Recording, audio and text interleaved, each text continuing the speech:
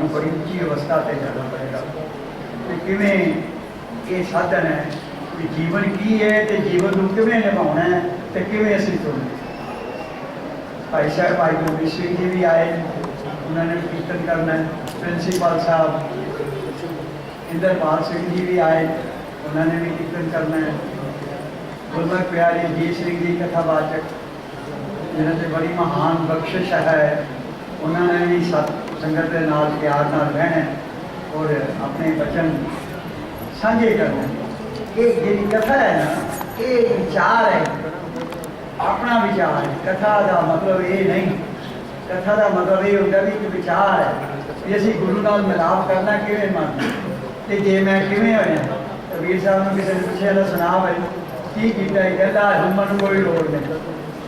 कहता क्यों नहीं लोड़, कहता आप तो जाए जेड़े सिंहासन बच्चे सारे पकड़ राम कबीरा एक भैया कोई ना कहता उधर उनको विशाल करे तो सतनाम इहो जिहा बन जाओ, इहो जी अवस्था बना लो, ਇਹੋ ਜਿਹੀ ਅਵਸਥਾ ਬਣਾ ਲਓ ਜਿਹੜਾ ਤੁਹਾਡੇ ਹੱਥ ਤੱਕੇ ਉਹ ਕਹੇ ਧੰਨ ਗੁਰੂ ਰਾਮਦਾਸ ਜੀ, ਧੰਨ ਗੁਰੂ ਹਰਗੋਬਿੰਦ ਸਾਹਿਬ ਜੀ, ਧੰਨ ਗੁਰੂ ਨਾਨਕ ਜੀ। ਹੋਰ ਨਾ ਕੋਈ ਮੈਂ ਨਾ ਕਹਿਣਾ ਕਿ ਕਿਸੇ ਦੀ ਕੋਈ ਨਿੰਦਿਆ ਵੀ ਕਰਨ ਲੱਗਾ, ਕਿਸੇ ਡੇਰੇ ਦੇ ਕਿਸੇ ਮਹਾਂਪੁਰਸ਼ ਦਾ ਨਾਂ ਲੈਣਾ ਪਾਪ ਨਹੀਂ, ਪੁੰਨ ਹੈ ਨਾ ਪੁੰਨ ਸਮਝਣਾ ਵੀ। ਪਰ ਲੇਕਿਨ ਜਿੱਥੇ ਗੁਰੂ ਨਾਨਕ ਬੈਠਾ ਉੱਥੇ ਹੋਰ ਕੋਈ ਨਹੀਂ ਜੇ ਬੈਠਾ, ਜਿੱਥੇ ਗੁਰੂ ਗ੍ਰੰਥ ਸਾਹਿਬ ਬੈਠਾ ਉੱਥੇ ਦੁਨੀਆ 'ਚ ਕੋਈ ਨਹੀਂ ਜੇ बैठा। दुनिया की कोई नहीं जगह हो जाए सब ते ऊंच पाए स्थान, बौर न होवे आमन जान, हरदन खाट जलन सोए नानक जिसे भला मान। तो फिर की लिखते हैं गुरु अर्जन साहब जी, ओए दाते ओए ओ दाते दुख काटन हार जाके संग करे संसार। कौन जन का सेवक सोवड़ पागी, जन के संग एक दुना। तो भाई गुरमुखो महापुरुषों ने सानू देखना नाल मनना नहीं। मत सोचना भी असी जिस विचार से बैठे हैं महाराज की हवेली असी उन्होंने देखना भी उस सिंहासन से किवें चढ़े, उस किस तरह सिमरन किया, किवें उन्होंने पिछले रात को नाम जपिया। असी उन्होंने तुरना है उसी कबीर से चलो गुरु चाली, असी गुरु की चाल चलना, असी गुरु की चाल चलना। असी महापुरुषों देखना है ये जी पौड़ी से चढ़े ने ठीक है, ये बजरी पौड़ी है, ये जे चढ़ गए इन्होंने कुछ नहीं होया, लो फिर असी भी चढ़ जाए। इस वास्ते महापुरुषों को भेजा उन्होंने, महापुरुषों को मनन वास्ते नहीं भेजा। जे मनना है तो गुरु ग्रंथ साहब जी कोई लोड़ नहीं सी लिखन की। आज्ञा भई अकाल की तवे चलायो पंथ, सब सीखन को हुक्म है गुरु मान्यो ग्रंथ। गुरु ग्रंथ जी मान्यो प्रगट कुरान की। तुहानू पता दसम पातशाह ने भी मत्था टेके है, तुहानू कि है पता दसम पातशाह ने गुरु ग्रंथ साहब जी अगे मत्था टेके है। 5 पैसे नारियल जो समय के मुताबिक वो समा सी कि करना भी की क्यों की कि सानू दसन वास्ते भी भाई होना सी कि जी विरोध है सब हाजर हजूर सर्व कला पढ़ो सर्व कला सम्राट कि गुरु ग्रंथ साहब जी है भाई जो तुम लैना उन्हें को लेना। हम कई गुरमुख कह देते हैं जी कि महाराज जी हम कहीं दूजे पास नहीं तुरना, जो दूजे पास साढ़े तुरीए तो फिर बहुत बड़ी गल हो जाती कि कोई निंदिया भी हो जाती ना। असी निंदिया करनी है तो उस्कत करनी है उन्होंने भाई तेरा भी भला हो, क्यों तेरा भला हो, साढ़े को गुरु ग्रंथ साहब जी है साढ़ा तो भला ही भला। इस वास्ते महाराज की आज्ञा से बहना है, महाराज के सिर से बहना है, सच्चे पातशाह समझा जानी है। इतों तक भी महाराज तू बोलना हुक्म कर, हम महाराज का हुक्म सी सच्चे पातशाह जब सतगुरु जी पारी साहब जी आए, सिंह साहब जी बैठे, उन्होंने हुक्म दिता है तन मन धन सब तुसका सोई सुगर सुजानी तेरी ये सुनिया दुख सुख मेरा। देखो बैठे सिंह साहब जी आए सतगुरु का सवारा लिया संगत को दसिया तन मन धन सब तुसका सोई सुगर सुजानी तेरी ये सुनिया दुख सुख मेरा। कोई होर की के हो कोई लगा मैं कह देना सी फलाने ने सुने असं कोई चीज़ कहनी थी ना किसी को तो पता उन्होंने की कहने हैं फलाने को कहते कि ये अलाई चीज़ है तो फिर की कहने गुरु ने लिखी ये अलाई बचन इस वास्ते भाई कृपा करे। अज का दिन खुशियां का दिन, सोले का दिन, महाराज ने सब तो बड़ा सोहना चीत आवे तो लाल गुलाल, चीत आवे तो लाल गुलाल कहता तो जे ताजे सही लाल गुलाल आपे लाल रंग ताको लगे जंगे बड़ भागा नैला करे ना हो गई नैला के दरदा। आओ जो बच्चे के प्रवचन उन्होंने चलिए सुनिए कि बच्चे की जी मां की अवस्था कितों तक पहुंची है, कि असी इतों तक पहुंच सके हैं या असी इस पासे तुरे हैं या साडे तुरन की मन च लालसा है। ये भी सोचना पड़ेगा। अज ये भी सोचना पड़ेगा। की सोचना पड़ेगा कि ये बच्चे ने जितों पाई है असी भी तुर सकांगे, कि असी भी यहो जिहा बचन कर सकांगे कि साडे जिहड़े बच्चे हैं कि कभी यहो जिहा काम कर देन। जिस बच्चे नूं अज गुरबाणी आ गई है छोटी उम्र की ये दाढ़ी में हथ ला लेगा, मुछां नूं हथ ला लेगा, ये सिर ते टोपी पा लेगा, घर दे विच कोई गंदे गीत गा लेगा, कोई रसाले लै आवेगा। मैं एक जगह ते गया तो फिर रसाले सी बंबई की गल है, हजूर साहब दर्शन करन गए, उत्थे जाके मैं की वेखिया उन्होंने जिन्ना भी सी पढ़ने वाले क्लास जिन्हें भी सन रसाले रसूल उस ढेर लगा जी होते डाइनिंग टेबल तो खुले पासे या छोटा टेबल सेंटर टेबल। तो मैं देख के हैरान रह गया, कोई भी मतलब का नहीं। जो उन्होंने घर में गया मैं कहा बाबा जी अज मैं प्रशादे की रोटी भी करनी क्यों नहीं मान साहब फिर चेचा ਤੁਹਾਡਾ से प्रशादा जी मैं क्या मैंने प्लेट ही कोई नजर नहीं आती भाई हथ तो जब मैं हथ से ही खाना सी तो मन भी लोड़ है आती है तो कोई गुरुद्वारा थोड़े जाके मैं हथ से प्रशादा खाना तो भुगना मैं कहते कोई प्लेट नहीं। मैं कहा ना, कहता कि मैं कहा सारिया जुटियां प्लेट। मैं क्या तो अंदर बसा सुनिया कहते जुटी मेरी। मैं क्या सारी मैं क्या कितना की होया ये बच्चे मैं क्या बच्चे तो तुम बगा लेंगे ढाडे होंगे की मतलब बजुर्ग ने होंगे घर की मतलब है भी गंदा ने ढिंडा ये असी लोग आप खुद करते हैं, खुद बच्चों को प्यार नहीं करते, बच्चों को फर्क करते। तो भाई कृपा करे आओ और ये बड़े बचन करिए जिस भाई खुशियाँ बख्शे बच्चा दर्शन सिंह। तो उस तो बाद रवि सिंह जी मैं प्रिंसीपल साहब ने यही कहूँगा कि बंद को मिले सन तो कह लगे प्रिंसीपल खान साहब को खुला ही टाइम देना। मैं क्या चलो खुला ही टाइम। वाहिगुरू जी का खालसा वाहिगुरू जी की फतेह।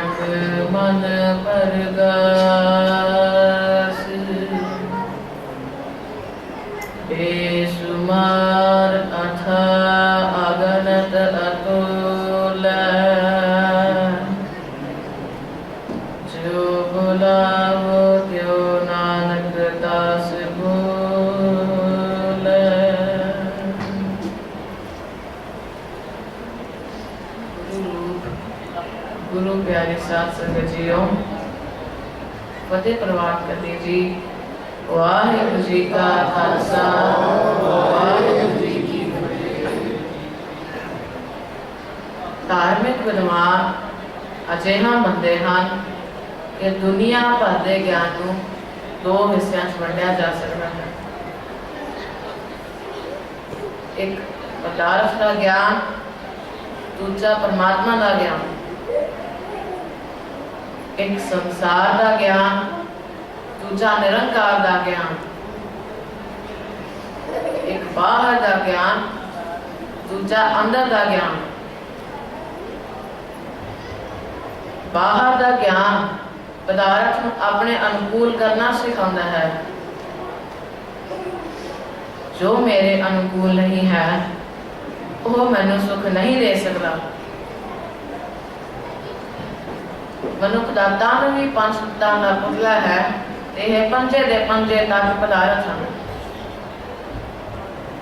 जिन्नी मनुख की शक्ति ते बुद्धि वधी, उदों उसने सोचा कि मैं पदार्थों को अपने अनुकूल कर सकता हाँ, क्यों ना मैं मनुखों को भी अपने अनुकूल करा।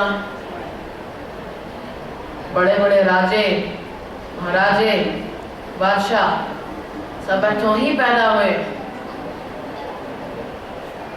मनुख अपनी मर्जी दे नाल ना जीवे, मेरी मर्जी दे नाल जीवे। मनुख जिन्ना पदार्थों के नेड़े है उन्ना ही अपने तो दूर है। मनुख परिवार नाल दा रह सकता है पर अपने नाल नहीं। सुन दे विच बैठन तो पहला अपने नाल बैठना पैंदा है, फिर सुन विच। इस नाल गुरु अर्जन देव जी फरमान करते हैं, सुन समाध अनहत नाद, कह ना जाए अचज बिस्माद। मनुख सुनते विच बैठ सके, ये तो बड़ी दूर की गल है। मनुख तो अपने नाल भी नहीं बैठ सकता। मनुख मित्र टीवी अखबार नाल ना बैठ सकता है पर अपने नाल नहीं। मनुख संसार बारे तो बहुत कुछ जानता है पर अपने बारे का कुछ भी नहीं जानता। कोई जिन्ना अपने परिवार के नेड़े है उन्ना ही अपने तो दूर है। मनुख जिन्ना पदार्थों के नेड़े है उन्ना अपने नेड़े नहीं है। साहिब फरमाते हैं, अब तन का जो करे विचार, इस नहीं जब कंकर करे खुआ। मनुख पहला अपनी विचार करे कि मैं की हाँ। जिसनु अपनी समझनी होएगी, परमात्मा की खास समझ होएगी। जिन्ना बाहरमुखी मनुख होएगा उसनु गुरबाणी कहती है उन्नी मोटी अकल का होएगा। जिन्नी अकल मोटी होएगी परमात्मा को समझने में उन्ना ही असमर्थ होएगा। इस वास्ते बड़े बड़े संसारी ज्ञानी विज्ञानी जो संसार का बहुत बड़ा ज्ञान रखते हैं, निरंकार बारे का कुछ भी नहीं जानते। जिन्ना बाहरमुखी मनुख है उन्ना ही अधार्मिक है। जन्म तो ये मनुख खोजी बिरती लेके आया है। ऐ बंदे तू जमीन नु खोजा, सागर आसमान नु तो खोजा, पर हुण तू अपने दिल की खोज कर। अपने मन दे विच एक झात मार। पहाड़ां की खोज करने लिए बाहरमुखी होना पैंदा है। धरती का सीना चीरना पैंदा है। सागर की कुछ चो मोती कढ़ने लिए बाहरमुखी होना पैंदा है। पर अपने ही जीवन में जो झात मार के उस रबी खजाने को पाने लिए अंतर्मुखी होना पैंदा है। ध्यान को अंतर्मुखी करना पैंदा है। साहिब फरमाते हैं, इस मन को कोई खोजो भाई, मन खोजत नाम नौनित पाई।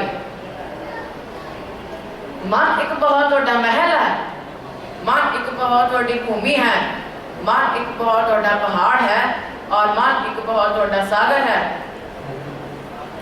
इसे वास्ते भगत पीपा जी फरमाते हैं, जो ब्रह्मांडे सोई पिंडे, जो खोजे सो पावे।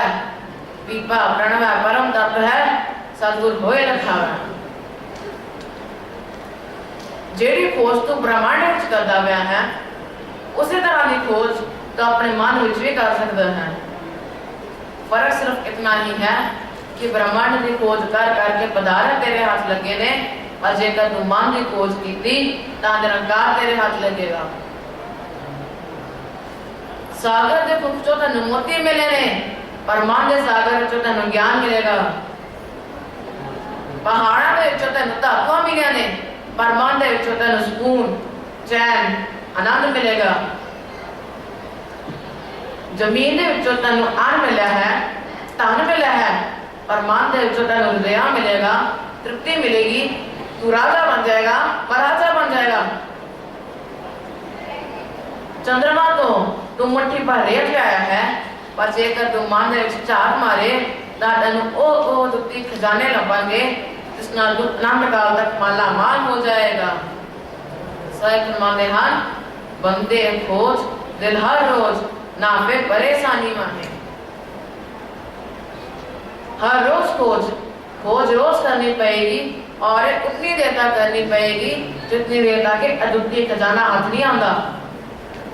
यह दौलत हाथ नहीं आंदी, यह दात हाथ नहीं आंदी। और थोड़ा सा भी अंतर्मुखी हुंदा है तो कविता, गीत, संगीत उससे पल्ले पै जाता है। मन के दूसरे कोने जिसने थोड़ा सा प्रवेश किया ना संगीतकार बन गया, फिलासफर हो गया, चिंतक हो गया। मन इतना महान है कि इसके अंदर जिन्ना ने भी झात मारी है वो कहते हैं मन का पारावार कोई नहीं है। ये अथाह देवी गुणा नाल भरिया हुआ है। जेकर धन गुरु ग्रंथ साहिब जी तो पूछिए, धन गुरु ग्रंथ साहिब जी फरमाते हैं, मन तू जोत स्वरूप है अपना मूल पहचान। ऐ मन तू दा जोत स्वरूप है, परम प्रकाश है, परम आनंद है, तू दा परम खेड़ा है। असी देखते हाँ सिप्पियां, शंख, लहरा सागर दे कंढे पे ने, ऊपर दी सतह ते ने, गहराइयां च मोती पे ने। ऊपर मोती नहीं मिलते, किनारे पे मोती नहीं मिलते, तो ज्ञान, प्रेम, समदृष्टि, परम आनंद, परम खेड़ा, परम समाधि सब गहराई विच ने। तो गहरे उतरना ही मन की खोज है। साहिब कहते हैं जो गहरा चले गया उसमें खोजद्या नौ खजानियां की प्राप्ति हो जाएगी। इस मन को कोई खोजो भाई, मन खोजत नाम नौनित भाई। जिस दिन इस परमात्मा का नाम प्राप्त होता है तो नाम की दौलत नाले राजा बन जाना है, महाराजा बन जाना है। भाई नंद लाल जी आखते ने, गदाए कुए तुरा मैले बादशाही नेस्त, अवाए सल्तनत वाशक कज गुलाही नेस्त। हे गुरु गोबिंद सिंह जी, तेरी गली विच जद कोई भुल के भी लगता है तो दो जहाना के बादशाह को ठोकर मार जाता है, माला माल हो जाता है, त्रिपत हो जाता है। सत्संग का यही लाभ है। धन श्री गुरु ग्रंथ साहिब के पास बैठ के उसको सुनने का यही लाभ है। मनुष्य और गहरा जा सके। मनुष्य कितना भी सियाना होवे, कितना भी सूझवान होवे, बिना सत्संग को यकीन जानो परमात्मा तक नहीं पहुंच सकेगा। पदार्थ खाने माल सुख जाएगा। एक बूंद ने सागर तक पहुंचना है तो अनंत बूंदा का आसरा उसको लेना पड़ेगा। एक जीव ने परमात्मा तक पहुंचना है तो अनंत सत्संगिया का आसरा उसको लेना पड़ेगा। इस वास्ते गुरु घर संगत की अपनी महिमा है, संगत की अपनी महानता है और हर सियाना बंदा जानता है कि बूंदरी औकात ही की है। पर एक गल वखरी है कि कई दफा बूंद नूं हंकार हो जाता है कि मैं बाकी बूंदा का सहारा क्यों लवा, बाकी कौन हन। पर ऐसी बूंद सुख जाएगी जेकर अनंत बूंदा का आसरा लै लवे तो पहुंच जाती है सागर तक। एक जीव हजारा सत्संगिया का आसरा लै लवे तो पहुंच जाता है परमात्मा तक। सत्संग किथे है? जिथे संत सभा है, जिथे गुरु की सभा लगी हुई है। सत्संगत कैसी जानी है जिथे एको नाम खानी है। पहले रोज का सत्संग, इसका असर की होएगा कि मनुष्य को भरोसा आ जाएगा सच ही गुणा का सागर है। सच तो बिना मन शक्ति नहीं मिल सकती, सच तो बिना मन सुख नहीं मिल सकता, सच तो बिना मन गुणा की प्राप्ति भी नहीं हो सकती और सच तो बिना मन आनंद भी नहीं मिल सकता। तो जैसे ही अंतर्मुखी होके ध्यान और गहराई विच मनुष्य लैके चला जाता है तो रिद्धियां सिद्धियां उसका स्वागत करदियां ने। इत्थे मानी दुनिया मिट जाती है, खत्म हो जाती है और निरंकार की दुनिया शुरू हो जाती है। साहिब फरमाते हैं, परंतु जोत स्वरूप है अपना मूल पहचान। जैसे ही कोई और अंदर प्रवेश करता है और गहराई चला जाता है तो समाधि लीन हो जाता है। साहिब फरमाते हैं, सुन समाध अनहद तैनात कह न जाए अजज बिस्मान। उसकी महान समाधि वाली अवस्था बन जाती है और अफुर अवस्था पहुंच जाता है। उन फुरने शांत हो गए, सारी भगदौड़ मिट गई। उन उस नेचर बिंदु नाल जा जुड़िया जिसनु परमात्मा कहते ने, जिसनु ईश्वर कहते ने, जिसनु परम व्यापक शक्ति कहते ने। सो आओ ਅਸੀਂ भी ਇਹ अरदास करिए, ਅਸੀਂ भी उस परमात्मा तक पहुंच सके, उस ईश्वर के नाल जुड़ सके। जिथे अपने लिए अरदास करना उसे इस निमाने लिए भी अरदास करना। इतनी सेवा प्रवान करनी जी। बोल जब की क्षमा करी, गज के सारे फतेह बुलाओ। वाहिगुरु जी का खालसा, वाहिगुरु जी की फतेह। ये सब बच्चा रविशर सिंह जिन पे बड़ी महान कृपा है, उन भाई गुरजीत सिंह जी आप जी को आनंदमयी